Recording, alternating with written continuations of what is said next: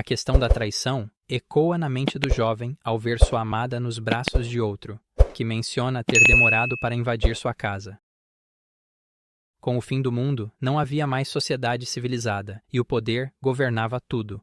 A garota diz que a força dita as regras e que ele deve entender, sem trazer vergonha. O homem pega seu bastão, pronto para atacar, enquanto o jovem pergunta o que ele pretende fazer. 28 semanas após o mundo virar gelo, a humanidade jazia enterrada sob camadas de neve. Um homem pisa no gelo, deixando pegadas. Um idoso, quase congelado, o observa passar com uma mochila.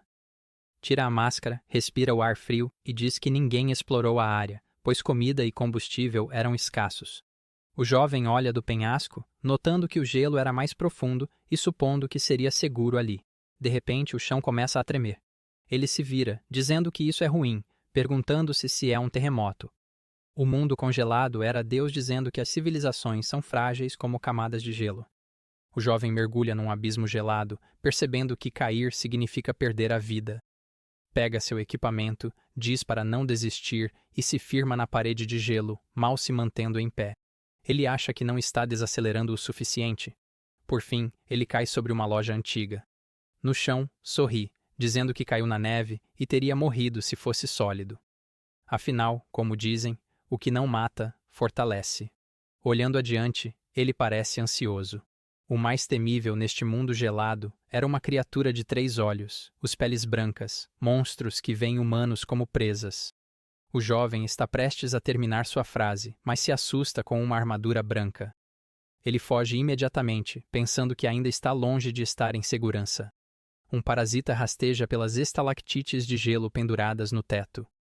Quando a armadura branca está prestes a pegar o jovem, as estalactites de gelo se rompem. Elas disparam contra a criatura demoníaca, perfurando sua cabeça antes que possa ferir o rapaz. Ele se pergunta se foi só um desabamento pela comoção, mas logo muda de assunto. De qualquer forma, ele estava a salvo. A neve começa a cair novamente sobre ele. O rapaz grita que mais estão vindo. Porém, a neve só cai ao seu lado. Ele fica enterrado na neve e suspira aliviado, grato por estar seguro. Agora ele está preso. O parasita desliza em sua direção, chegando ao braço na neve e se funde com ele. O menino acorda de repente, um olho com um tom diferente. Ajoelhado na neve, ele pergunta o que aconteceu. Uma veia azul se espalhou pelo seu pescoço. De qualquer forma, ele estava fora há muito tempo. Vê uma barra de chocolate e diz que não pode voltar de mãos vazias. Ele precisa se apressar. Numa estrutura congelada, pensa que com ruas sob gelo deve voltar pelos túneis. Mas não sabe por quanto tempo pode viver assim, não melhor que nos prédios onde muitos ficaram presos no desastre. Com recursos escassos, ninguém sabe o que pode acontecer. Afinal, nem todos podiam evitar cruzar a linha. Ele se aproxima de um corredor, olha cauteloso e nota que ninguém patrulha ali. Ele deve chegar em casa rápido. Batendo no 409, uma garota de 2 coques abre a porta. Ele pergunta por quê, mas ela o abraça, dizendo que queria vê-lo. Ela pergunta se ele sentiu saudade, e ele confirma que sim. Ele pergunta da porta, ela questiona se é mais importante que ela. O rapaz tira um chocolate, dizendo que achou para ela. Ela fica surpresa e pergunta o que é. Vendo o chocolate, ela o abraça forte, gritando que o ama. Ela pergunta se é só. Ele diz que quase virou comida de monstro. Porém, a mochila do rapaz está manchada de sangue azul. Desconfiada, a garota quebra a barra de chocolate. Sentado ante o fogo, diz não ter achado nada bom nos últimos dias, pensando se devia comer as sementes que colheu, pois plantou todas e nenhuma cresceu. Mas se as comesse agora, poderia estar sabotando seu futuro. Então, senta-se ansioso na cadeira, dizendo que enlouqueceria nesse ritmo. O garoto pega um pedaço de carne e diz que se fosse seguro comê-la, as pessoas não precisariam mais tolerar seus inimigos. Joga a carne no fogo, que fica azul, e observa que era muito inflamável e uma boa fonte de combustível. Vendo um relógio quebrado, pergunta-se se era Dia dos Namorados. Coçando a cabeça, reflete se havia esquecido disso, mas vai em direção à namorada para se desculpar por esquecer, só para não conseguir encontrá-la. Do lado de fora da porta, o menino ouve um som estranho. Era o sinal combinado com Ming Ming, e ele se pergunta o que ela fazia lá fora. Ele abre a porta e um morcego voa direto no seu rosto, acertando-o com força total. O garoto é lançado para trás num instante. O intruso entra, deseja Feliz Natal e pergunta sobre a surpresa, segurando Ming. O menino questiona a traição de Chen Ming, mas ela grita sobre ele a enganar primeiro com chocolate, estocando comida numa mochila grande. Lu Dolong bate o bastão no chão, pede desculpas a Mo e diz que devia avisar, pois o mundo acabou e a força governa agora. Os fracos nem conseguem proteger uma mulher. Tinha duas escolhas: confiar nos fortes ou virar comida. E agora, Mo devia entregar toda a comida que tinha. O garoto pergunta como seria possível esconder algo dele.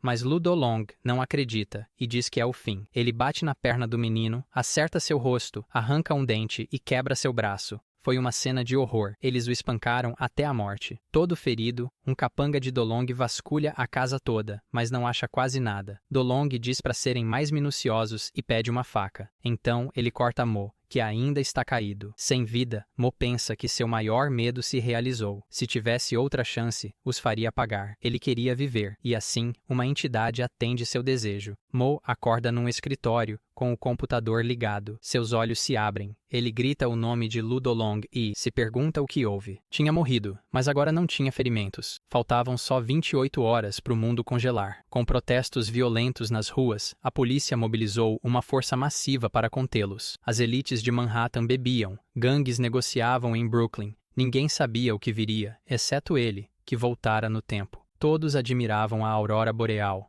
Mas o rapaz já sabia que era um prelúdio. Olha para o celular, pensando que só sua namorada, Ming Ming, ligaria àquela hora. Lembra dela o chamando de fraco, percebendo que nunca notou sua natureza traiçoeira. Então, decide cortar ela da sua vida. Ele atende a ligação da namorada. Ela pergunta se ele está ocupado, elogia a Aurora e pede dinheiro, pois seu cartão foi bloqueado. Mo, porém, diz que estão terminando e que ela deve parar de ligar, deixando a garota em choque. Ele simplesmente apaga o contato dela do celular. Andando, pensa que agora, com uma segunda chance, a garota que o fez perder a vida deve congelar com os outros. Na ponte do Brooklyn, às 23h58, o rapaz diz que para essa oportunidade precisa se preparar bem. Na vida passada, nas próximas 24 horas quando o mundo congelou, a temperatura caiu a zero, e ele tinha 28 horas. Em teoria, parecia muito tempo, mas as ações das pessoas só trariam caos, então ele precisava juntar recursos em uma hora. Além do básico, precisava de itens de defesa no caos, então planejou buscar algo como uma pistola. Os policiais viram o garoto andando e acharam suspeito ele vagar a essa hora, então decidiram abordá-lo juntos. Um deles saiu do carro e gritou para Mo, mandando que não se movesse. Apontando a arma, ordenou que Mo colocasse as mãos onde pudesse vê-las. O parceiro falou no rádio sobre um suspeito na 4ª Avenida, enquanto o outro perguntou o que ele tinha na mão. Enquanto isso, o jovem analisou a confusão do policial. Ele disse que estava apenas segurando o celular. A contagem chegou a 0 e ele pensou que não tinha tempo para perder com um porco desses. Então rezou para que o liberassem após uma revista. O policial alertou que numa hora dessas, ele não devia se aproximar sem cautela. O parceiro perguntou o que havia na mochila e mandou que a entregasse. Mo explicou que eram só coisas do trabalho, tirando um caderno azul da bolsa. Em pânico, o policial gritou que era uma arma e disparou contra Mo. A bala voou em direção ao garoto sem piedade. O jovem pensou que era o fim. Sua chance de viver acabaria ali, mas negou esse pensamento, dizendo a si que sobreviveria. Seus olhos brilharam com listras azuis elétricas. Uma aura surgiu ao redor de Mo quando a bala se aproximou. Ele se perguntou o que acontecia, vendo a trajetória da bala, como se o tempo tivesse desacelerado. Inclinou a cabeça, percebendo que podia esquivar e não era ilusão. Xingou o policial, dizendo ser cidadão e que não tinha direito de atirar. Correu para o policial, falando que não perderia tempo com tolos. A bala errou e atingiu o chão. Na hora, finas camadas de gelo se formaram sobre ela. Mo foi tão rápido que deixou rastros, socando e quebrando o maxilar do policial, que cuspiu sangue. O policial desabou no chão ao lado do parceiro acima do peso. O segundo policial tremeu ao ver seu amigo totalmente destruído pelo impacto. Querendo saber o que aconteceu, o policial caiu no chão aterrorizado. Apontando a arma para Mo, exigiu saber que diabos ele era. Mas o jovem se aproximou calmo, dizendo que nem ele sabia o que era. E então um único grito ecoou pelas ruas do Brooklyn. Depois,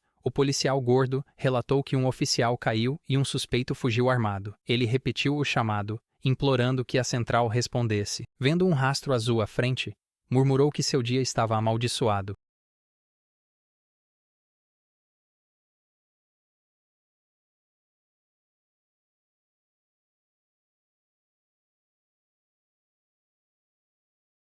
Deixando um rastro brilhante, Mo correu para casa no apartamento 409, caindo no chão enquanto a energia se dissipava atrás dele.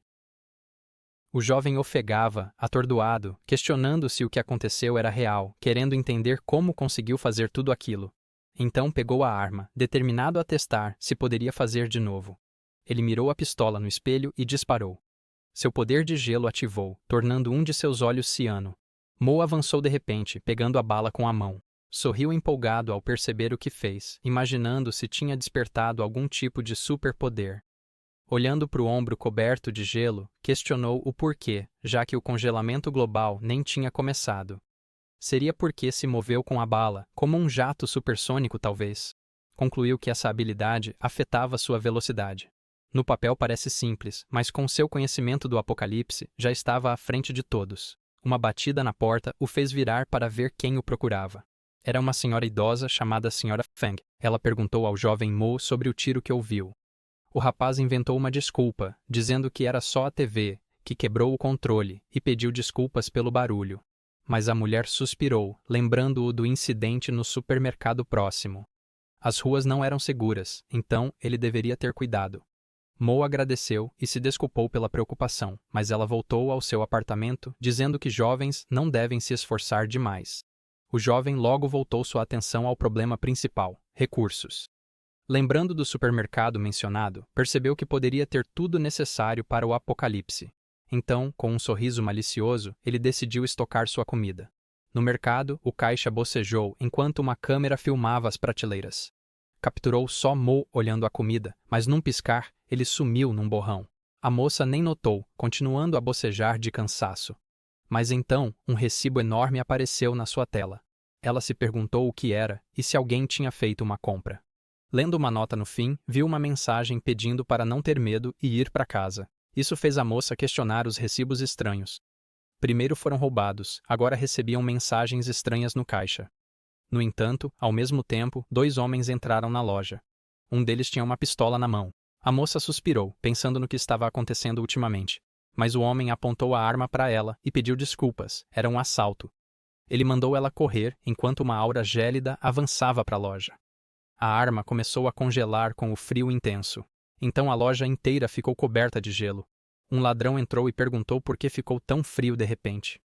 O parceiro mandou ele olhar para a porta e ele viu uma armadura branca alta e fina. O ladrão quis saber que diabos era aquilo, que tipo de monstro era. O parceiro atirou na criatura, mas as balas desviaram do seu sangue azulado. O ladrão gritou que não podiam matar aquilo, atirando de novo quando ela o alcançou. O monstro agarrou o ladrão, comentou sobre seu rosto e começou a arrancar sua pele. Então arrancou o rosto do homem, dizendo que ele tinha gosto ruim. A caixa ergueu o celular, determinada a gravar tudo aquilo. Um vídeo capturou o monstro, devorando o ladrão. Policiais viam o vídeo ao vivo da garota, dizendo que esse formato era popular. Mas uma mensagem de erro surgiu, fazendo-os pensar se era um alerta do governo. De repente, alarmes soaram por toda a cidade, alertando os cidadãos. Mo abriu a porta, ouvindo um aviso do Departamento de Logística e Segurança do Sem-Teto. Ele se surpreendeu que já estava começando. A cidade enfrentava um frio inexplicável e todos deviam fechar portas e janelas. A onda de frio chegava, e Brooklyn seria o primeiro a sofrer. Já havia passado 1 hora e 9 minutos desde o início. No prédio 58 do novo distrito, num apartamento comum, o alerta pedia atenção. Repetia que era uma mensagem do Departamento de Logística. O policial Joe comentou que devia ser sério se eles estavam envolvidos. Uma garota fumava enquanto olhava o alarme no celular, e Mo usava uma chave de fenda, achando que não teria problemas. Lou DeLong acendeu o isqueiro e perguntou se o homem não ia falar. Espancado e sangrando, o homem disse fraco que realmente não sabia de nada. DeLong pegou o celular, perguntando se não reconhecia, exigindo saber da foto, pois drogou a filha do chefe. O homem chorou, insistindo que não sabia na época. DeLong se agachou, dizendo que rezasse para que Deus tivesse misericórdia dele. Então, ele esticou a mão do homem e enfiou uma faca nela. Ele falou algo sobre contar de 1 a 5 dentro da caixa. Dentro da caixa havia 6 dedos cortados. Um capanga perguntou o que fazer com o cara, mas o jovem disse que a luxúria merecia morte no fogo, na caldeira. Os capangas jogaram o corpo para dentro e selaram tudo. Um deles falou que a caldeira velha podia explodir, mas o outro mandou calar a boca. Lou estava esperando por eles, mas os caras perto da caldeira perceberam que algo estava errado. Uma explosão enorme estourou no apartamento. O amigo agarrou seus braços enquanto o parceiro xingava na sombra crescente. A chave de fenda foi parando aos poucos. Mo disse que a estrutura de cultivo estava finalmente pronta. Com o que tinha, dava para ficar um tempo, mas não era suficiente. Os suprimentos acabariam. Ele queria fazer uma câmara perfeita, que se sustentasse para sempre. Ele pegou o celular, notando que o congelamento já durava quase 1 hora. Precisava se apressar, pois era hora de acelerar as coisas. Neste mundo, tempo era vida. De repente, alguém bateu à porta e o jovem se perguntou quem seria. Ao abrir, questionou por que a sensação parecia tão familiar. O policial Joe pediu desculpas ao Sr. Mo por incomodá-lo. Mo perguntou ao velho Joe qual era o problema, curioso sobre o que estava acontecendo. Joe explicou que a temperatura caiu de repente e o aquecimento quebrou, então estava alertando todos para ficarem seguros. Mo lembrou de algo que aconteceu na semana passada. O defeito não foi consertado a tempo e quando foi reparar, já estava completamente quebrado. Ele não podia cometer o mesmo erro. Tinha que consertar. Então pediu aos policiais para dar uma olhada. Em seguida, fechou a porta do apartamento atrás de si. Subindo as escadas, os policiais perguntaram aonde ia e Mo questionou se a caldeira não deveria estar ali. Joe explicou que a caldeira ficava no porão. Eles precisavam descer. Mo refletiu sobre a ilegalidade da sala da caldeira no prédio. Fang mencionara antes, então deveria estar em cima. Ele se perguntou se estava ficando esquecido. No porão, Joe comentou como estava frio. Mo notou algo estranho na fumaça. Parecia ar frio. Joe o guiou até a caldeira. Mo mexeu nela, dizendo que agora estava ok, mas viu um líquido azul na mão e se perguntou o que era. O parceiro de Joe perguntou se havia problema, e 2 peles brancas surgiram, explodindo sua cabeça e gritando por dedos que cresciam. Mo questionou se era a armadura branca. Joe entrou em pânico, perguntando que diabos era aquilo. Tomado pelo terror, ficou paralisado. A armadura branca se preparou para o ataque. Mo ativou sua habilidade.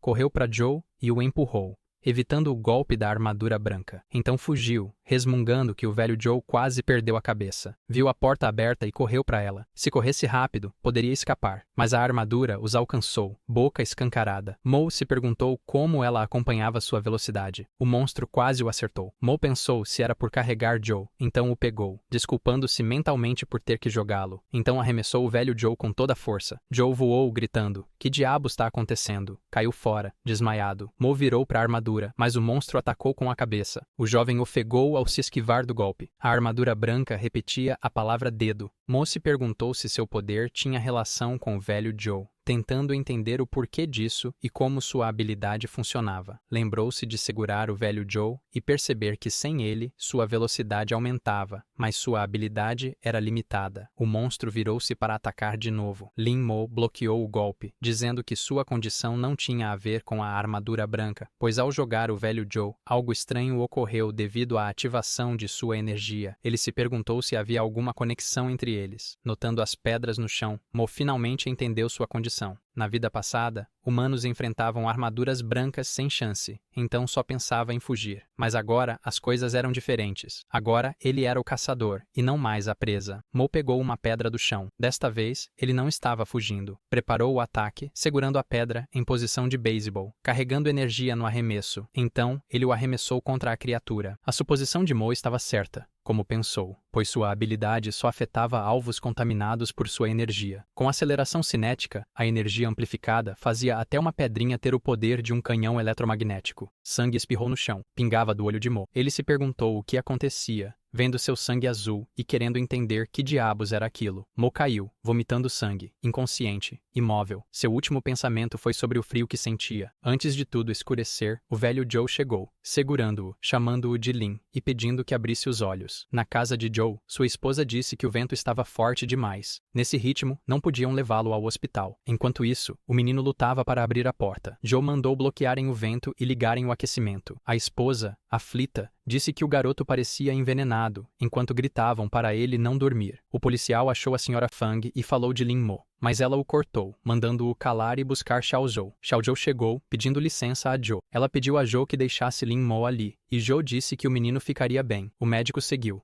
Veja a escada, está um caos. Mesmo com temperatura baixa, ele ainda vive. Ela indagou se ele seria algum tipo de pessoa criogênica.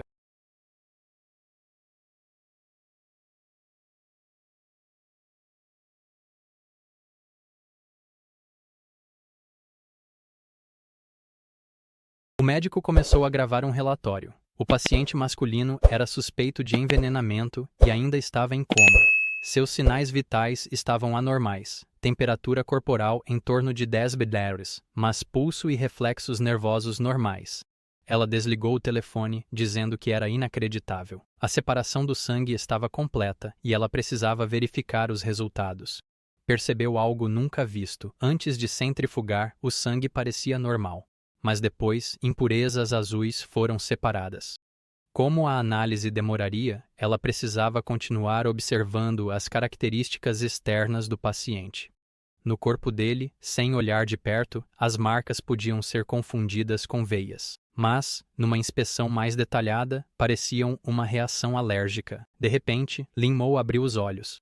A médica perguntou se ele acordou, enquanto o jovem tentava entender o que estava acontecendo. A mulher insistia para ele não andar feito barata tonta, enquanto Lin Mo queria saber quem ela era. Zhao Zhou acendeu um cigarro e disse que era médica sem licença, e por motivos pessoais não podia revelar seu nome, mas ele podia chamá-la de Doutora Zhou. Ela perguntou como ele ficou naquele estado, pois nunca tinha visto sintomas assim, e queria saber o que aconteceu no porão. Ela estava muito curiosa sobre ele. No Brooklyn, a temperatura tinha caído para 29 graus negativos. O recorde de temperatura corporal mais baixa era 13,7 graus. O corpo aguenta 0 grau, mas exposição prolongada congela tecidos e destrói células. Abaixo de 32 graus causa hipotermia e ninguém sobrevive a 29 negativos, ou temperatura corporal menor que 13,7. Depois de explicar, a doutora tirou o termômetro da boca de Mo e mandou ele dar uma olhada. Sua temperatura corporal era de 11,4. Era um milagre que ainda estivesse vivo. Lin Mo se perguntava como era possível, pensando se era por sua habilidade. Mas não tinha tempo para refletir sobre isso. Precisava concluir seu plano rapidamente. Doutora. Zhou sorriu, dizendo que entendia. Lin Mo escorregou, caiu e bateu a cabeça. Zhou, irritada, disse que o mandou não se mover. Mas esse não era o verdadeiro problema. Ela havia descoberto o que havia de errado com ele. Perguntou se ele tinha um superpoder, chocando o garoto. Porém, ele não tinha tempo a perder com ela. Zombou, perguntando que tipo de piada era essa. Zhou explicou que o observava como médica. O jovem pensou que, com sua habilidade ativa, seria mais rápido recomeçar. Mas então sangue azul pingou no chão. O médico perguntou se ele estava bem ao vê-lo tossir sangue. Ele percebeu que não podia acelerar e, por experiência, sabia o que viria a seguir.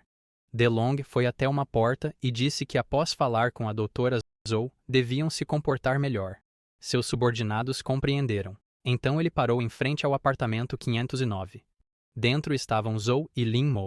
O jovem ficou assustado, imaginando o que iria acontecer. Mas Zhou, rangendo os dentes, mandou-o levantar. Ele precisava se mover e pediu a mão de Lin.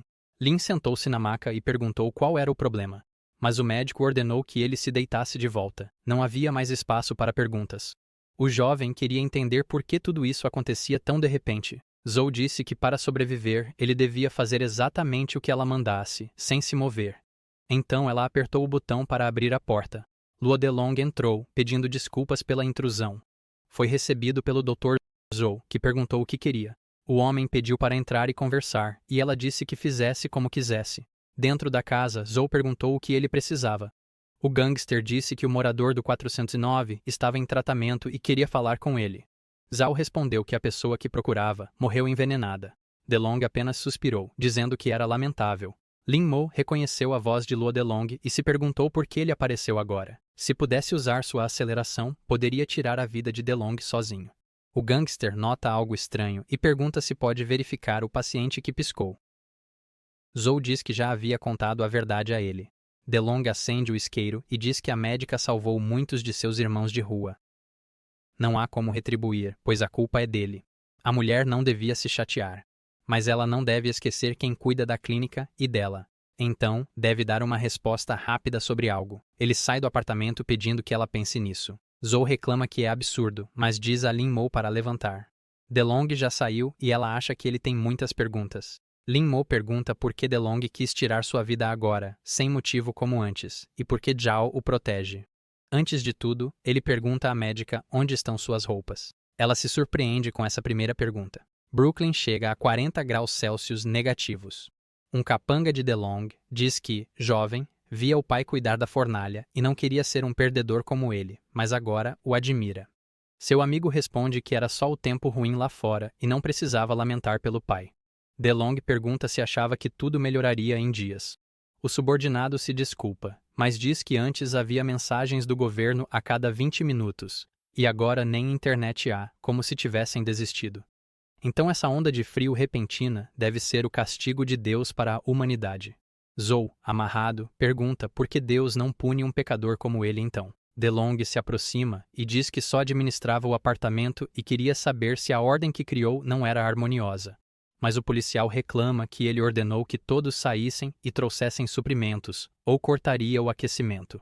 O gangster pergunta se não foi justo, já que era uma troca equivalente. Zou simplesmente o chama de parasita. DeLong vira-se, lamentando a ausência de Lin, que poderia se beneficiar de alguém, chocando Zou.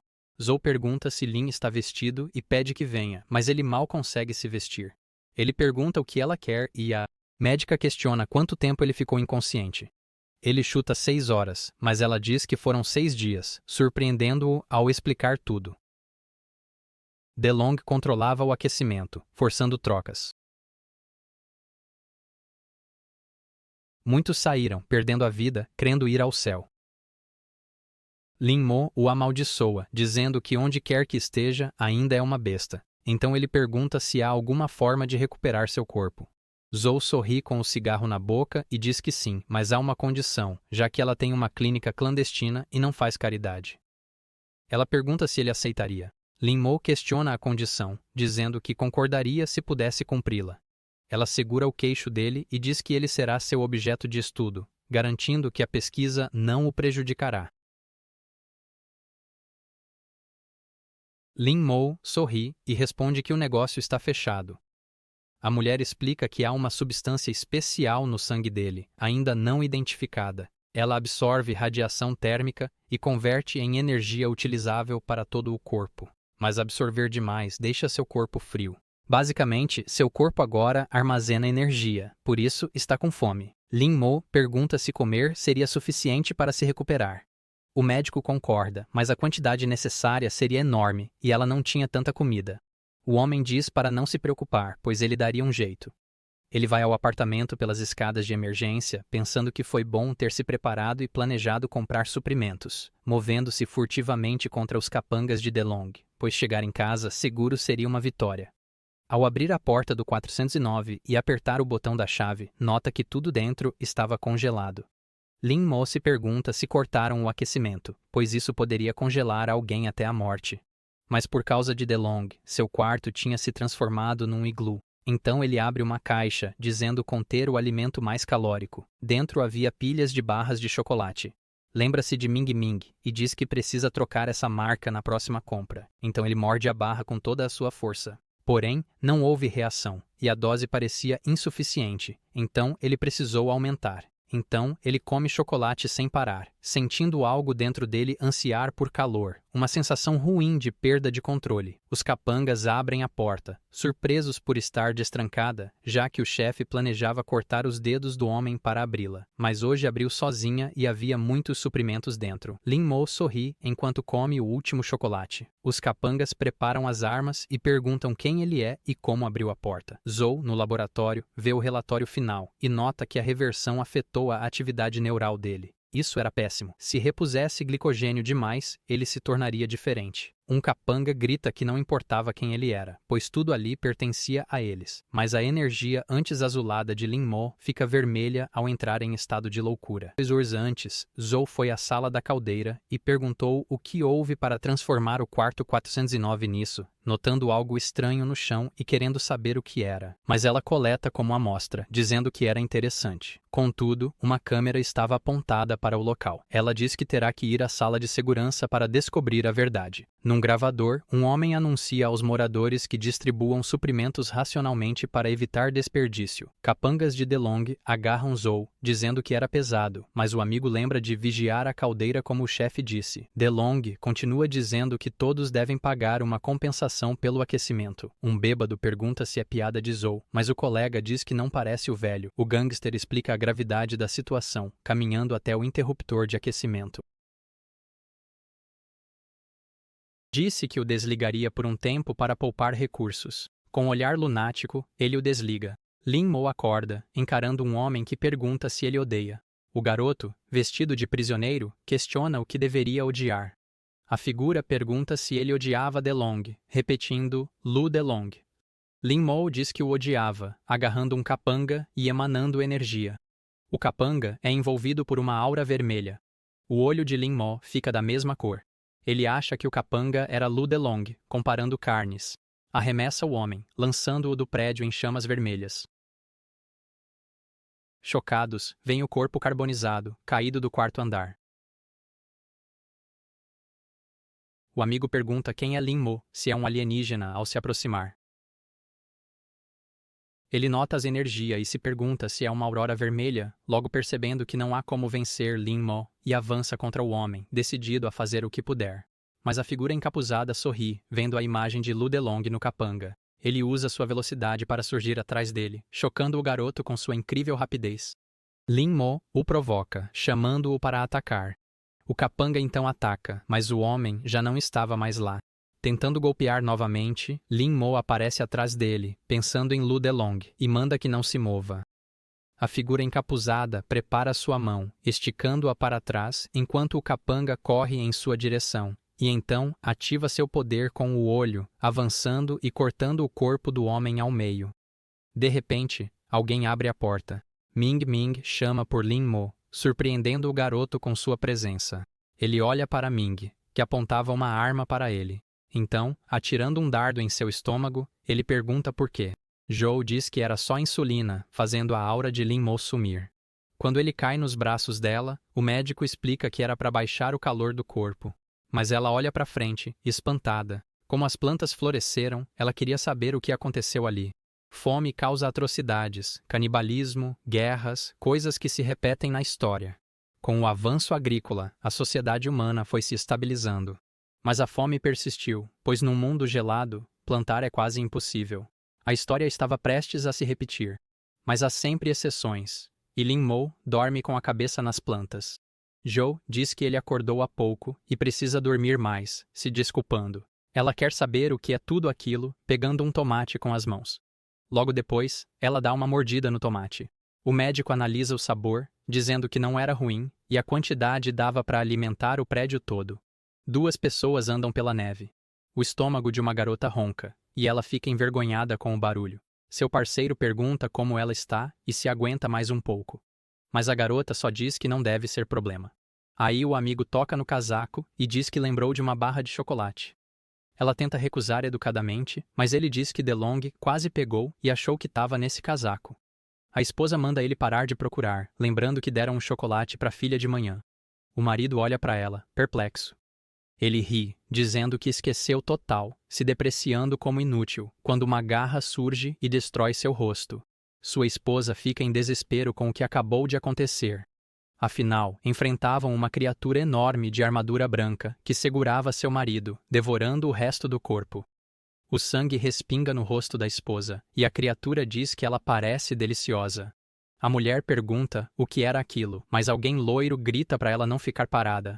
Ela se vira e corre do monstro.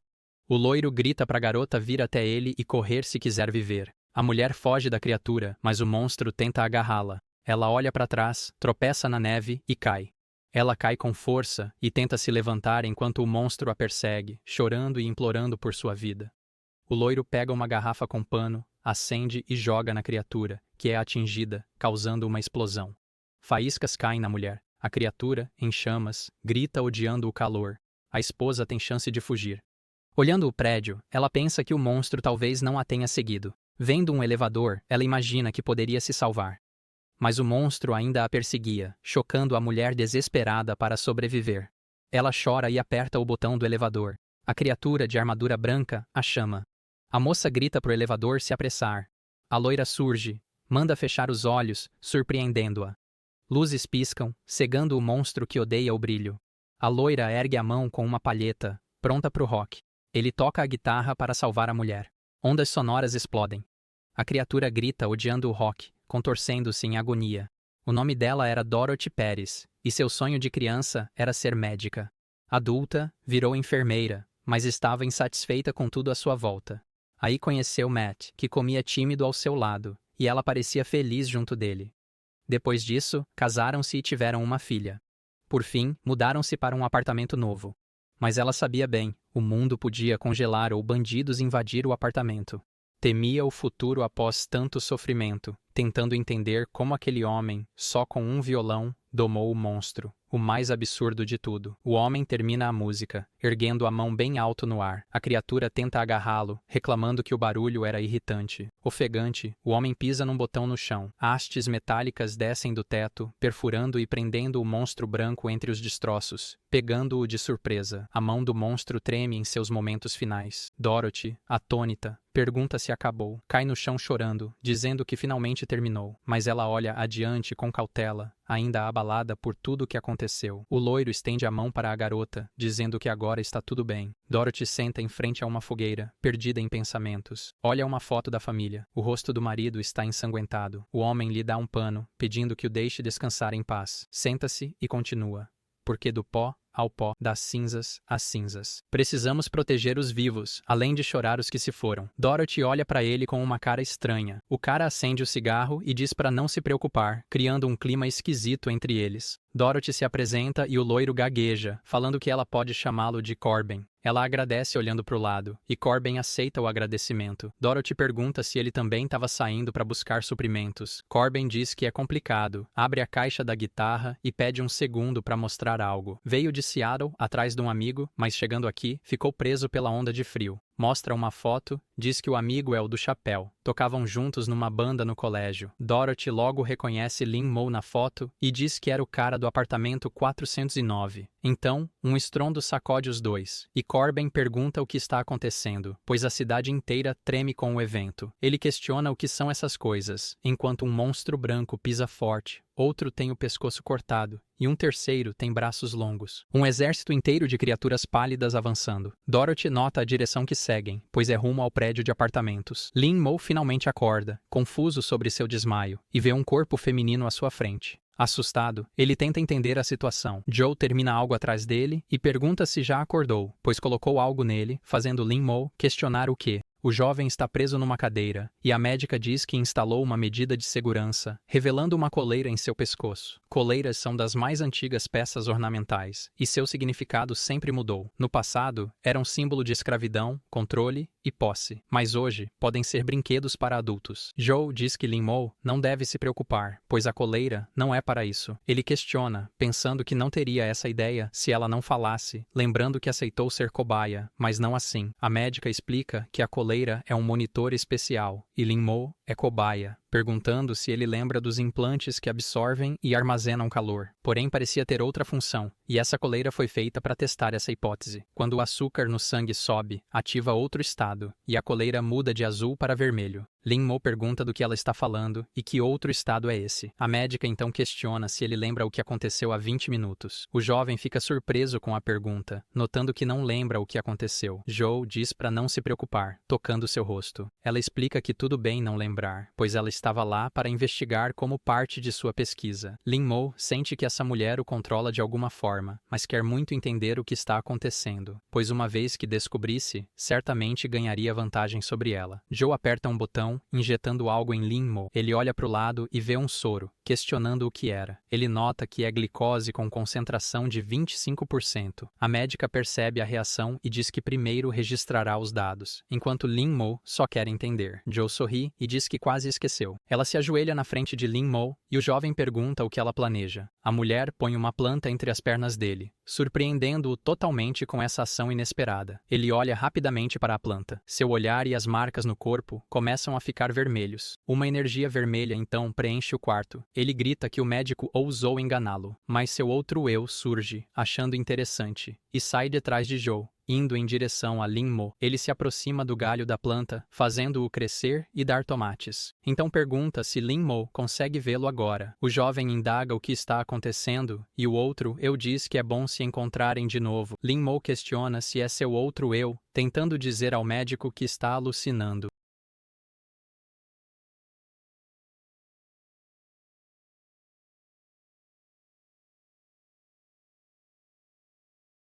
mas seu outro eu explica que o médico não o ouvia agora.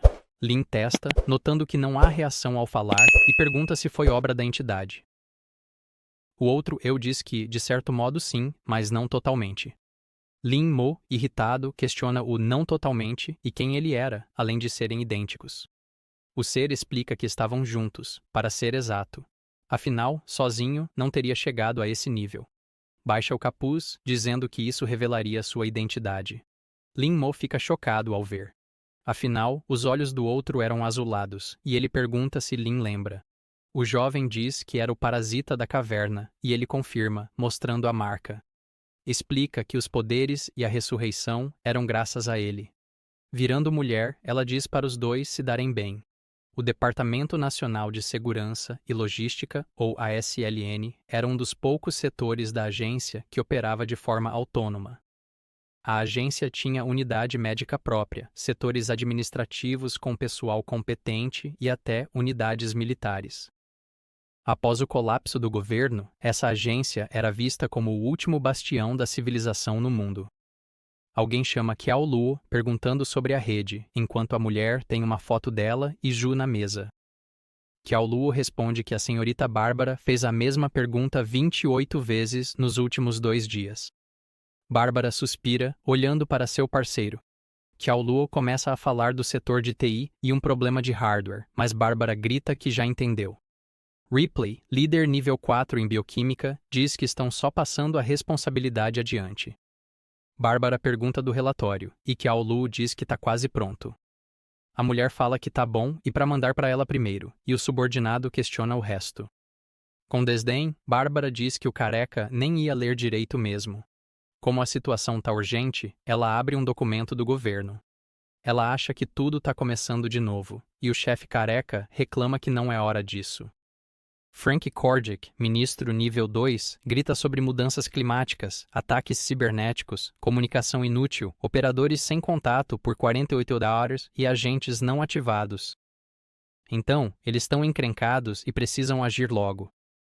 Ele diz que a guerra nunca muda, mas Bárbara o interrompe com um chute nas partes baixas, dizendo que não é hora de se preocupar com política. Na sala de observação, ela pergunta se ele entende a urgência da situação. Frank, atordoado, olha fixamente. Bárbara explica que a criatura branca foi encontrada perto dos bunkers. O monstro apenas repete que era só uma casca vazia. Qiao Luo afirma que a criatura era um humano mutante.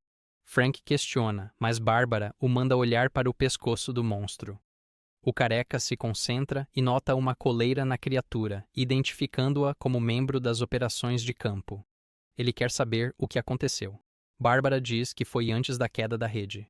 Um sinal de agente sumido foi detectado perto do bunker. Acharam seu corpo sem vida, codinome Martelo de Prata. Ela explica que, 24 horas depois, o corpo sofreu uma mutação e se tornou o que estavam vendo agora. Qiao Luo acrescenta que obtiveram informações da CIA, e essa criatura já era monitorada antes da Onda Fria e eventos relacionados. A filmagem era do mesmo supermercado, e esses dois foram os primeiros monstros, chamados temporariamente de cascas. Uma imagem de Lin Mo aparece na tela, e ela diz que o chamavam de número 0. O jovem se pergunta o que acontecia, pois há um segundo, o parasita era um inseto, e agora, uma bela mulher. O parasita sorri para Lin Mo, diz que humanos ficam tímidos com nudez, senta no colo dele, fazendo-o questionar se era uma ilusão. O parasita diz que ele poderia pensar dessa forma. Lin Mo ficou surpreso e perguntou se ela ouvia seus pensamentos. O parasita confirma, explicando que estavam fundidos. Lin Mo acha a explicação estranha. Ela diz que é visível pelo açúcar de Jiao. Lin Mo percebe a ilusão e questiona a ativação. Ela brinca com o cabelo e diz que era o sangue dele que lhe deu as habilidades. Ele pergunta por que ela o parasita. Ela diz ser de outra dimensão, deixando-o incrédulo. O parasita explica que precisam dos nativos para entender esta dimensão. Lin Mo reclama que parece coisa de romance barato. O parasita diz que sua raça não tem nome ou definição. Viajam entre dimensões sem perceber o tempo, mas não podem interferir, precisando de hospedeiros para quebrar barreiras. Ela admite que é difícil para os humanos entenderem. Queriam ouvir seus nomes e ver castelos construídos, mas não podiam interferir no mundo.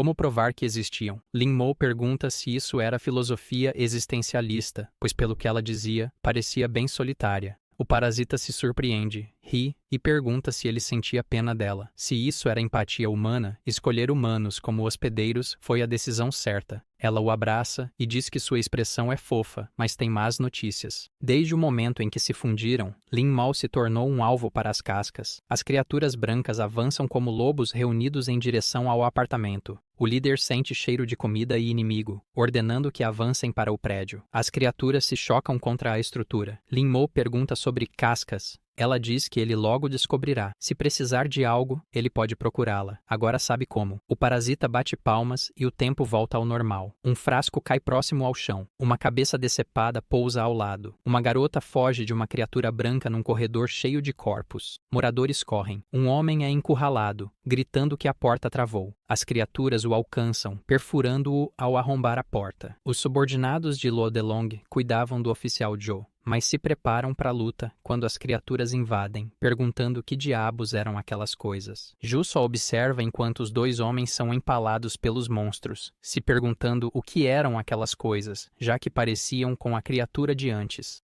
Ele nota pontos vermelhos nos monstros, questionando se estavam sugando sangue. Porém, os monstros ainda não o notaram e ele precisava achar um jeito de escapar. Seria difícil romper a corda sem ferramentas, e o pilar não tinha bordas afiadas, então ele recorre a um truque antigo, deslocando o polegar para se soltar. Zhou diz que foi bom ter aquelas lesões antigas da juventude. Agora, seus dedos se deslocam facilmente. Ele tenta se mover sorrateiramente, já que os monstros parecem não tê-lo notado. Contudo, ele percebe que nessa situação não poderia sair de mãos vazias. Zhou acha que precisa achar um cofre e, por sorte, os ladrões não viram que era um armário de armas. Mas aí, uma criatura de armadura branca aparece na frente dele. Zhou xinga toda a situação em voz alta. Zhou diz que, como suspeitava, as plantas reagem à influência dele, crescendo rápido. E Lin Mo pergunta se dá para desfazer. O médico diz que dá, mas o garoto não pode usar o poder por muito tempo, senão fica fraco. Ela já tem quase todos os dados, e Lin Mo grita para ela correr e ajudar a desfazer.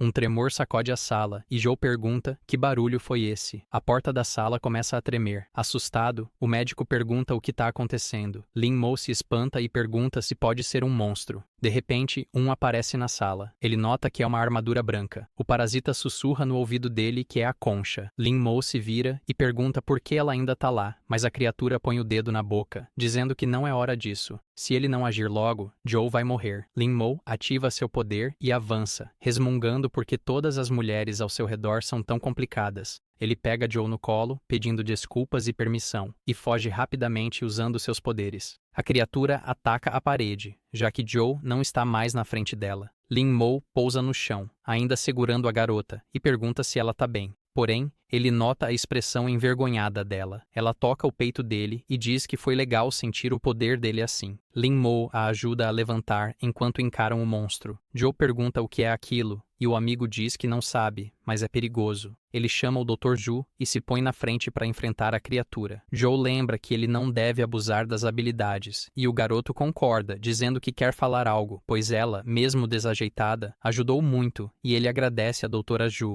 Ela fica totalmente surpresa e questiona por que ele está falando disso agora. Lin Mo se prepara e diz que podem tratar disso depois, pois ele vai agradecer direito. Várias criaturas de pele branca aparecem na sala para enfrentá-lo. O garoto fica surpreso, pensando se poderia ser uma ação em grupo. Lidar com um era fácil, mas com tantos, ele poderia ficar fraco de novo. Zhou pergunta o que houve, ansiosa para ver como ele agradeceria, e Lin diz que talvez ela deva esperar. Então os monstros avançam contra ele. Percebendo que terá que enfrentar as criaturas de frente, ele se posiciona para lutar. Zhou pega o tablet e diz que, sendo assim, ela deve testar seus limites, monitorando seu glicogênio a 100%. Lin desvia de uma criatura, pensando que se usar aceleração contínua, ficará fraco antes de derrotá-los. Mas ele agarra um monstro, dizendo ter um plano, pois só precisa usar o poder quando necessário, e o joga contra o grupo. As criaturas reagrupam para atacar, e Lin percebe que não são tão burras, mas ele não é mais a presa delas. Lin Mo ativa a aceleração no olho, notando que o tempo desacelera, permitindo observar e prever os ataques das bestas.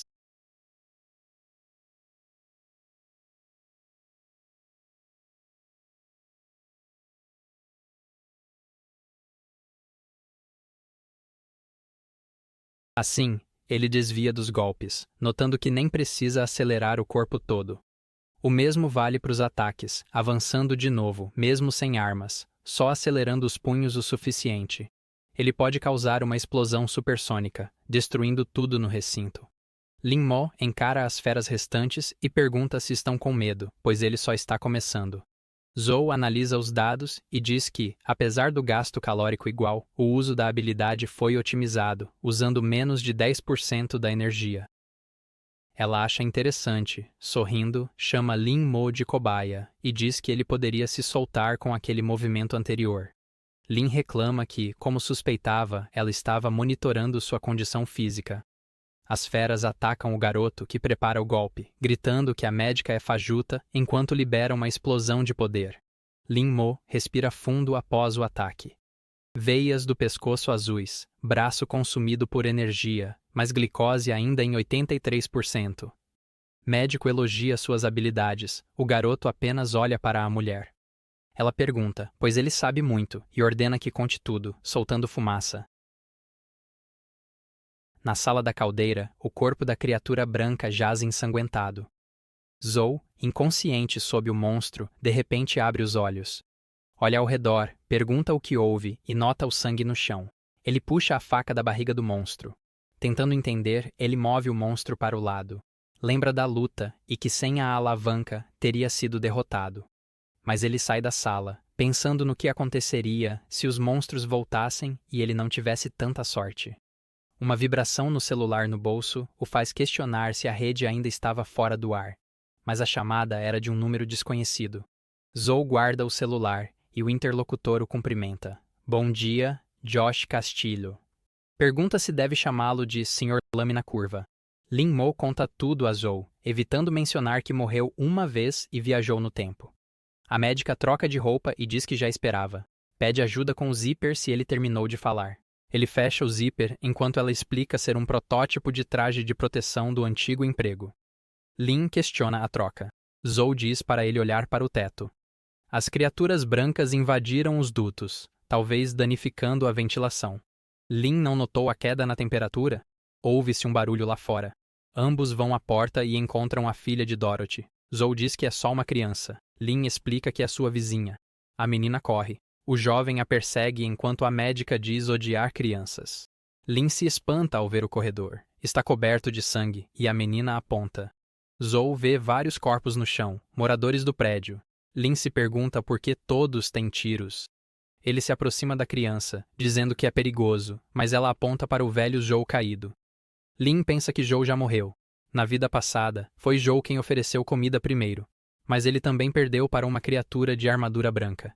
Então ele toca o ombro do corpo e diz que no fim, os bons nunca têm um final feliz. De repente, Zhou agarra a mão de Lin, assustando-o e fazendo-o gritar dramaticamente.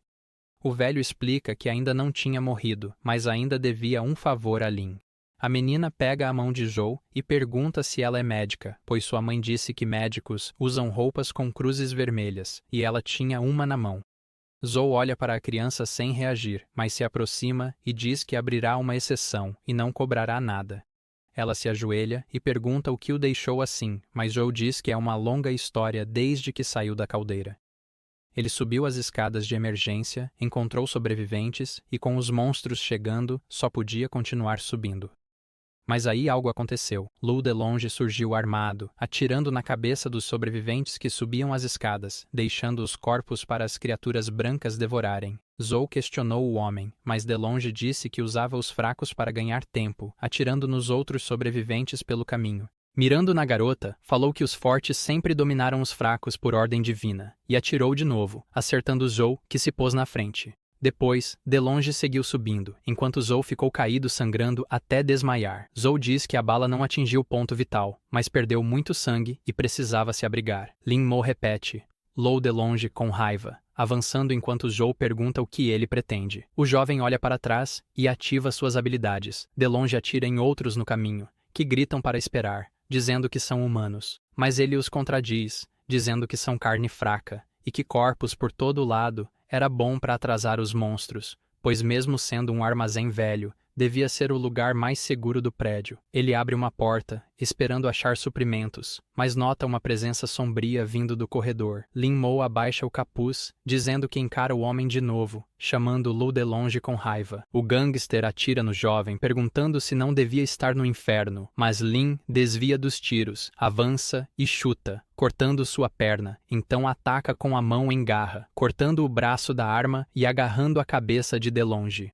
O homem pergunta por que ele faz isso enquanto Lin vai à varanda, já que ainda não tinha feito nada com ele. Lin Mo questiona como não fez nada, mas percebe que sua vida anterior não ocorreu. Ao voltar, não buscou vingança, só queria um lugar seguro. Porém, vendo a situação agora, foi tolice, pois inocentes perderam suas vidas, e tudo isso o deixou furioso. Mas sua raiva não era só contra DeLonge. Sentia raiva de si por ser idiota. Queimou o corpo de DeLonge e o lançou às criaturas brancas, jurando fazer o mesmo 100 vezes ao inimigo, pois era a lei do mundo congelado. Joe e a menina se aqueciam perto de uma fogueira. Zoe diz que o gerente usava o local como depósito, podendo ser útil, pois ainda havia suprimentos. Lin Mo senta no canto perto de uma caixa, pensando que finalmente se vingou, mas não parecia ser o suficiente. A médica o interrompe com um tapa na cabeça, perguntando no que pensa, já que suspeitava de seus problemas com o bastardo, e era normal ficar obsessivo com poder. Mas no caso de Lin, era diferente. Agradecendo por se livrar de DeLonge, Lin pergunta se ela também teve problemas com o gangster, e ela lembra dele apontando armas para pessoas.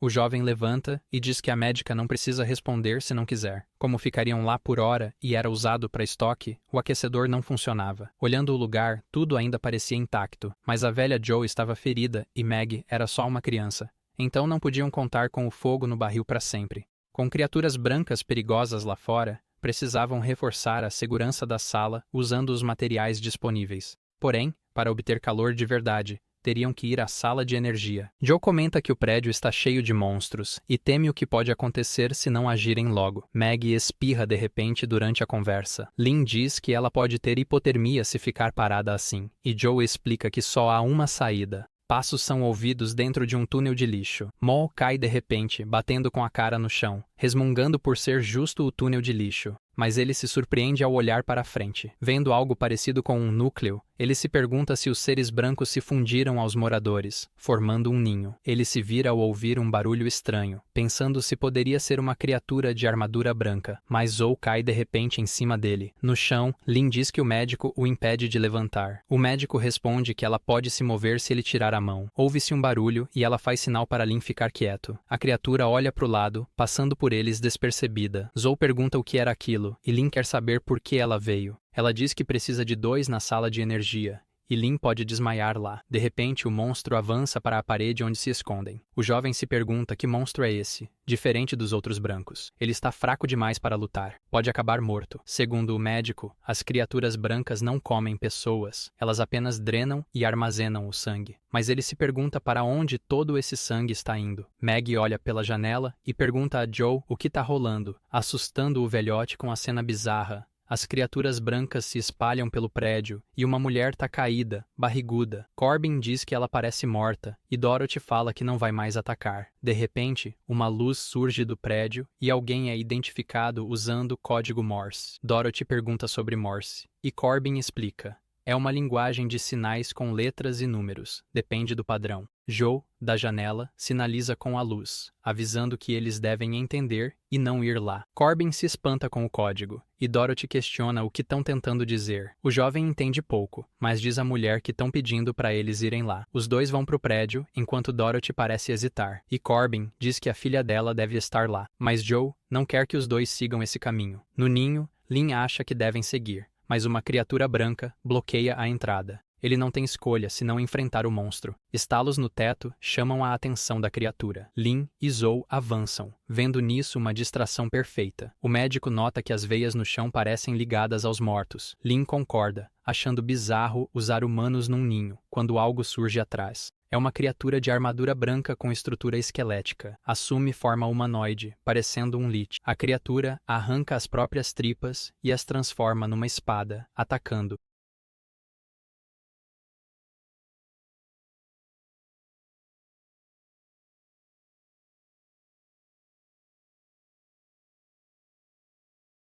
Lin sente algo estranho e xinga o monstro.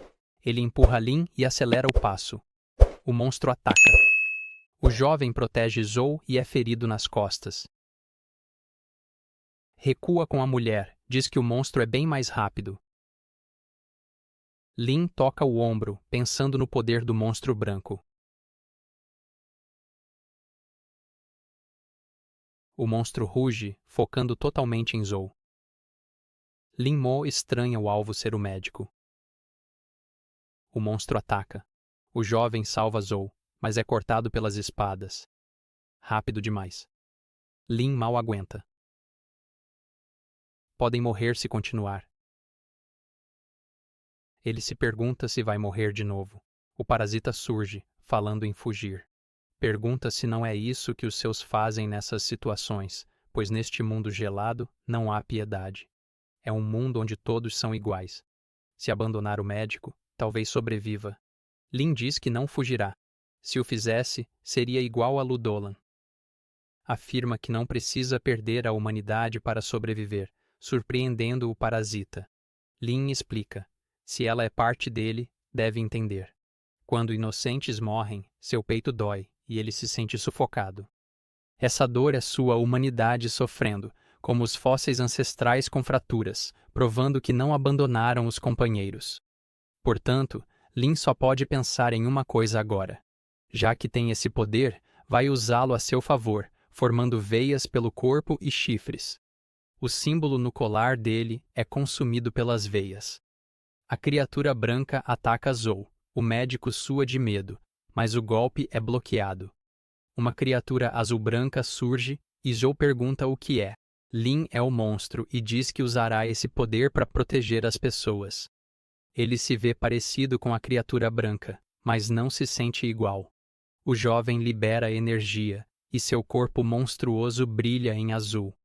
O parasita acha interessante, diz que escolheu bem e que ele sentirá o poder. Lin avança para socar a criatura, que se defende do golpe. Ele tenta de novo com um chute horizontal, mas o monstro desvia. Lin ficou mais rápido, mas o monstro ainda consegue escapar.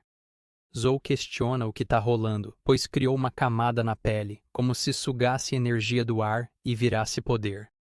Mas pelo lugar onde estão, ela se pergunta se é fonte infinita e qual a essência desse poder. Lin deixa de lado a semelhança com os bichos de armadura branca, enquanto o monstro ataca. Mesmo poderoso, Lin mal se defende e luta, por pouco escapa do ataque e acerta um soco de raspão. Eles se chocam e Lin acha que pode acelerar o tempo, pensando se dá para fazer o contrário. O bicho ataca na diagonal e foge de Lin, indo direto para o Dr. Zhou sem hesitar. Lin concentra energia no punho e acerta o ninho da criatura. O monstro, quase atacando a mulher, para a 1 centímetro de acertá-la. Lin acha que funcionou, mas se prepara para correr. É agora. Vou acabar com o monstro num golpe só. Ele corta as costas da criatura várias vezes gritando, "Punho das sombras!". O tempo volta ao normal e uma explosão acontece. Zhou cai, coberto de sangue do monstro. Lin estende a mão. "Vamos, não dá para ficar aqui. Tá chegando a 26 graus. Zhou. "Conseguimos!". Meg comemora. "Tá quentinho. Quero ver minha mãe!". Um barulho na cela. Zhou. "O que é isso? Será outra criatura de armadura branca?". Lin abre a porta. "Velho Zhou, voltei!". O velho. "Finalmente!". O jovem. "O que houve?". Zhou. "Calma. Se abrir o ferimento, vou ter que costurar de novo". Zhou diz que ouviu um barulho nos dutos. Pode ser uma criatura de armadura branca. Lin olha para os dutos, pensando no barulho. Diz que são só os canos velhos. Ele fala para o velho Zhou não se preocupar. É ilusão. As criaturas estão nos andares de baixo. De repente, o duto desaba. Uma figura estranha cai na frente deles. Zhou ergue o pé de cabra. Lin ativa seu poder e pergunta se virou ninho de sangue. Mas Meg grita pela mãe. Dorothy responde à filha. Corben reclama do calor no duto de aquecimento. Meg conta da invasão, do tio loiro atirando e do tio Zhou ferido que a salvou. Corben chama Lin Mo de pirralho fedorento. O jovem se surpreende que alguém o conheça. O loiro corre até ele, dizendo que sentiu muito sua falta. Lin tenta reconhecê-lo e recua, mas Corben o abraça, dizendo que veio a pé de Aberdeen, cruzando o continente. O jovem ativa sua habilidade, soca Corbin e pergunta como ele ousa. Ele estranha a familiaridade de Corbin, que questiona a agressão, já que nem seu pai o escondeu. Lynn se pergunta se ele é desta linha temporal como o médico e o conhece, mas nunca teve amigos em Aberdeen. Corbin agarra o braço de Lynn falando de formar uma banda, com Mo e ele como guitarristas, e Meg pergunta se são amigos. Lynn está perplexo, querendo saber quem é o loiro, notando as diferenças na linha temporal pelo efeito borboleta. Afinal, o futuro mudou, mas não havia explicação para Corbin. Ele só podia perguntar ao parasita. Ele entra em seu mundo mental e diz ter perguntas. Sem resposta, reflete que ela aparecia sozinha, mas quando a procura, não responde. O parasita é egoísta. Zoe interrompe. Não é hora de lembrar o passado. Lynn retruca que nem o conhece. Corbin reclama que veio só para ser zombado. O médico pergunta da situação atual. Resolveram o problema do calor, mas há um pior.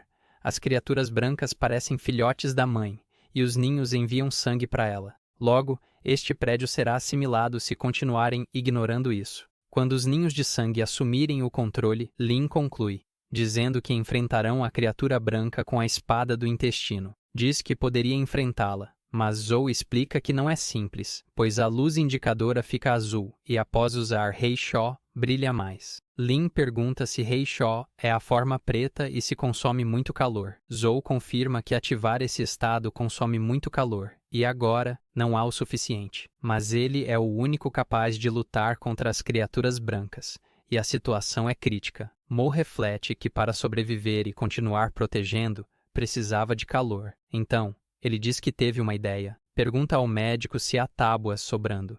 E Joe confirma, mas quer saber o motivo. Lynn pega a espada de Joe e pede a sagrada espada da física, pois o problema principal era um só, fossem os ninhos de sangue ou o mutante branco. Usa seu poder para avançar e coletar, já que fome é o melhor tempero para quem não tem força, e comer dá energia. Joe diz que entende, era um sistema hidropônico. O raciocínio de Lynn era único. E Joe pergunta se ele ia cultivar ali. O jovem responde que era sobre o valor do trabalho honesto e uma habilidade inata. Com mais gente chegando, resolver a comida era prioridade. Sabiam do que famintos são capazes. Joe sopra fumaça em Lynn e pergunta o próximo passo, pois o sistema não faria comida do nada. O jovem cerra os punhos, pronto para começar. Ao percorrer o prédio, nota que os corpos sumiram sem deixar rastros de sangue, pensando que algo os recolhia, talvez o grandalhão de antes. Isso indicava pouco tempo,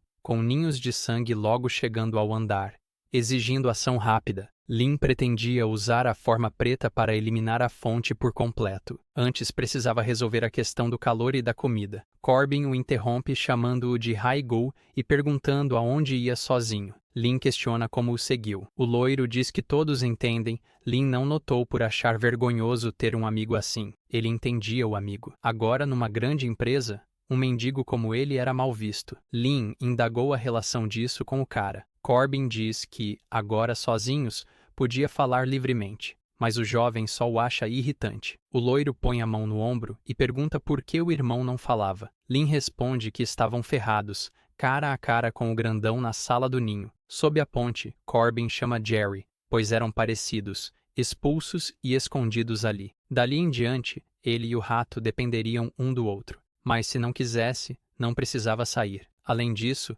chovia.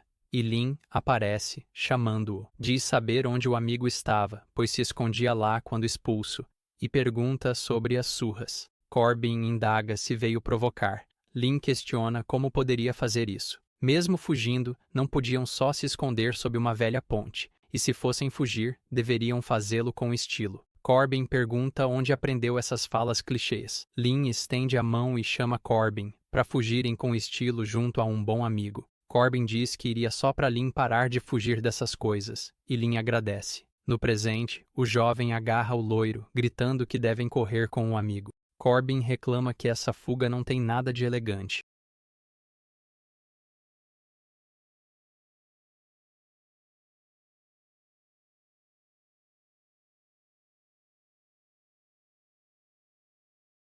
De longe, Lynn diz que os ninhos chegaram ao quarto andar e precisam voltar pelas sementes.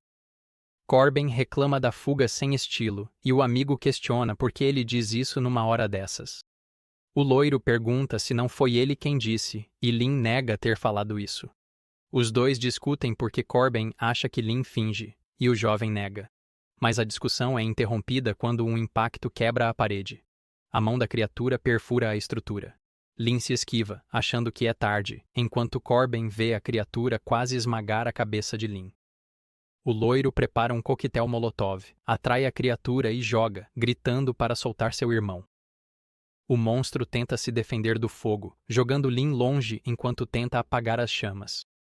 O jovem cai no ninho de sangue. Ele nota as veias grudando nele, sendo absorvido pelo ninho de sangue ao tentar fugir. Seu rosto se cobre de veias, até a mão é consumida. Lin amaldiçoa, achando que tudo acabaria assim. Ele abre os olhos com a mão menor. Lin se pergunta o que acontece, onde está, mas vê algo estranho nas raízes, uma figura humanoide de armadura branca presa. Lin duvida se está viva. A criatura abre os olhos, olha para o jovem e o assusta. O cenário muda. Lin toca o chão, querendo saber o que acontece e onde está agora. Sua visão mostra seu eu criança segurando a mão de Corbin. Diz que era o loiro intrometido de Aberdeen e pergunta com quem falava, notando que era ele mesmo. Lin se pergunta se eram amigos e se essa era sua memória.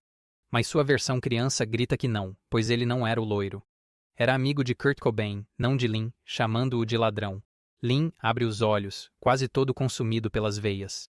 Kurt puxa sua mão, diz que morrer assim seria patético. Tira a mu das veias e pergunta se está bem, enquanto ele reflete que quase virou comida para ninho de sangue, sem entender o ocorrido. Mas logo decide ignorar, não era hora de pensar nisso, querendo saber o que fariam com o gigante, que não temia fogo.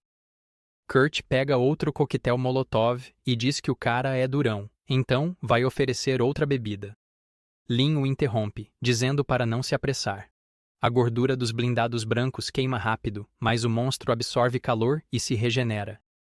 E Kurt nota que Lin analisou tudo calmamente, algo raro, lançando o coquetel molotov para queimá-lo até não regenerar, e Lin pergunta se ele não ouviu.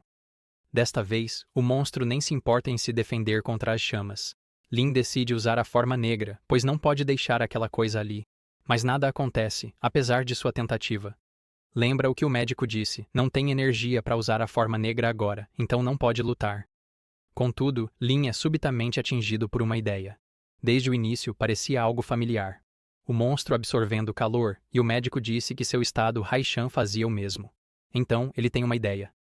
Nesse momento, a criatura golpeia o chão, lançando o monstro pelos ares. Na vida passada, a fortaleza foi atacada de novo, e diante de uma cruz, esperavam que um espírito achasse paz. Lin Mo percebe que estavam perdendo pessoas há um mês. Já tinham mudado de local várias vezes para fugir dos de armadura branca, mas sempre os achavam. Não importava quanto tentassem escapar, ainda precisavam continuar correndo. Ele diz ao velho Joe que já chega, surpreendendo o ancião. Afinal, Lin Mo não queria mais fugir. Na luta, percebe que estava certo. Podia absorver energia do ambiente, até o calor das chamas. Kurt questiona os chifres de Lin enquanto o jovem se transforma. Sua forma Haishen surge, o punho fica negro e acerta o monstro gigante com toda a força. Kurt se protege do vento, perplexo. Com um soco, seu amigo mandou o monstro voar. Lin chama Kurt de Corbin e diz para ouvir. O que sabia dele antes não tem nada a ver com agora. Ele não era mais o mesmo. Corbin se surpreende e elogia o visual do amigo, perguntando onde conseguiu aquela roupa. O loiro já aceitara não chamar o amigo de monstro, mas Lin nega mesmo assim. Ele muda de assunto, falando do grandalhão difícil de lidar, e pergunta quantos molotovs Kurt tem.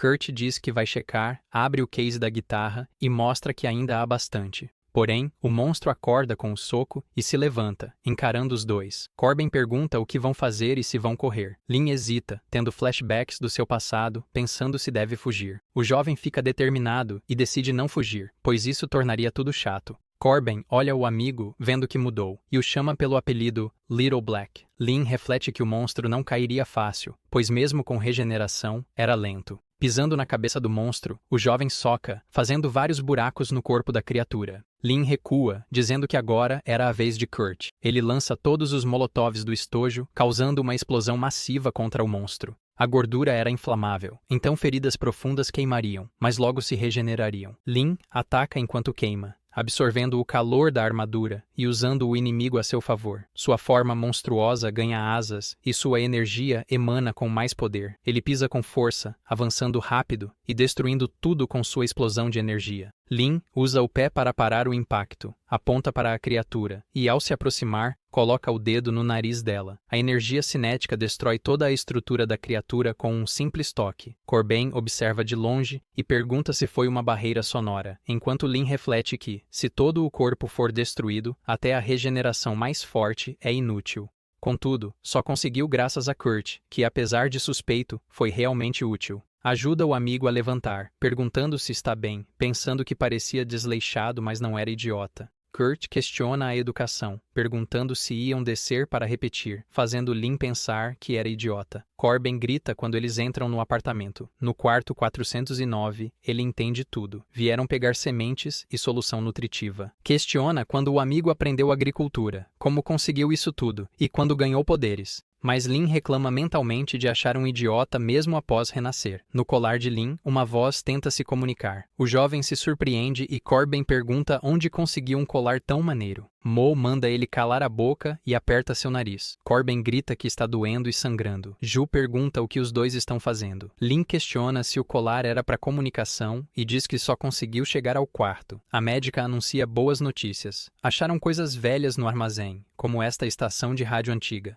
Também acharam materiais de jardinagem, que a dona de casa usava para plantar flores. Lin pergunta se era essa a boa notícia, e o médico continua falando, pois ela tinha um pedido pessoal. Na casa do médico, Lin reflete que não acreditava ter voltado àquele lugar. Corben comenta que até aquele prédio caindo aos pedaços tinha um laboratório, e seu amigo diz que era uma clínica, mas ele estava certo. Procurando a cápsula que o médico quer, veem um frasco gigante e perguntam para que serve, pois parecia real. E o que Kurt disse pode ser verdade. Talvez o médico não seja realmente um médico. Ele vê um aviso de risco biológico e se pergunta se o médico estudava a armadura branca, querendo saber quem diabos ele realmente era. Corben liga o computador e Lin pergunta o que ele está fazendo, dando um tapa na cabeça do amigo e dizendo para não mexer no PC dos outros. Mas Kurt diz que não é idiota. Lin tem um estalo e reflete, mandando Kurt sair e o chamando de lacaio, enfurecendo seu amigo. Lin manda ele buscar suprimentos úteis, mas Corben pede para não chutar seu violão. Ele senta no computador, pois pode achar algo importante. Lin acha infos no PC, vê foto dela jovem, nota que era tímida e vê o ID no pescoço. O rapaz percebe que o médico escondia coisas dele. A porta da base se abre. Joe saúda Lin ao voltar, perguntando como foi. Corben diz que foi bem, enquanto Joe ouve distante, observando as pessoas. Lin diz que pegou sementes nos poucos andares acessíveis, mas não achou comida. Joe diz que não foi culpa dele, mas Lu anseia por roubar os suprimentos. Então ele pede ajuda para plantar. Mas Lin recusa, porque a velha Joe se machucou. Joe se oferece para ajudar, dizendo que sabe de botânica e bioquímica e poderia ser útil. Pergunta se Lin não concorda. O jovem aceita, olhando desconfiado para a médica. Mas Kurt interrompe, dizendo que ajudaria também. E logo muda de ideia ao ver as caras deles. Lin manda ele ir para a mesa das crianças com Meg, já que não estava ajudando. Afastada dos outros, Joe pergunta sobre o que tinha pedido antes. Lin mostra o frasco e pergunta se é disso que ela estava falando. Quando ela vai pegar, ele recua e diz para esperar. Quer saber quem diabos ela é antes de entregar. Com um sorriso, Joe pergunta se ele ainda não descobriu. Lin nota a expressão dela e questiona se a médica fez isso de propósito. Joe fica em silêncio, mantendo o sorriso. O rapaz se pergunta se a cápsula era isca para atraí-lo, querendo saber o plano da ex-agente bioquímica, Zhou Shuye. Joe pega o frasco e diz que ele acertou metade. Não era isca, mas a chave para a sobrevivência da humanidade. Ela pergunta se ele lembra quando virou Hai-Shan, já que se parecia com os monstros, e ela acredita que existe uma ligação entre ele e as criaturas. O órgão reforça essa teoria. Mesmo naquele estado, ainda absorvia calor, como aconteceu com Lin. O rapaz pergunta o que isso tem a ver com a chave da sobrevivência, e por que ela revelou sua identidade. Joe diz à cobaia para não se preocupar, pois seja para comida ou energia contra a mãe lá fora, precisam resolver o plantio logo.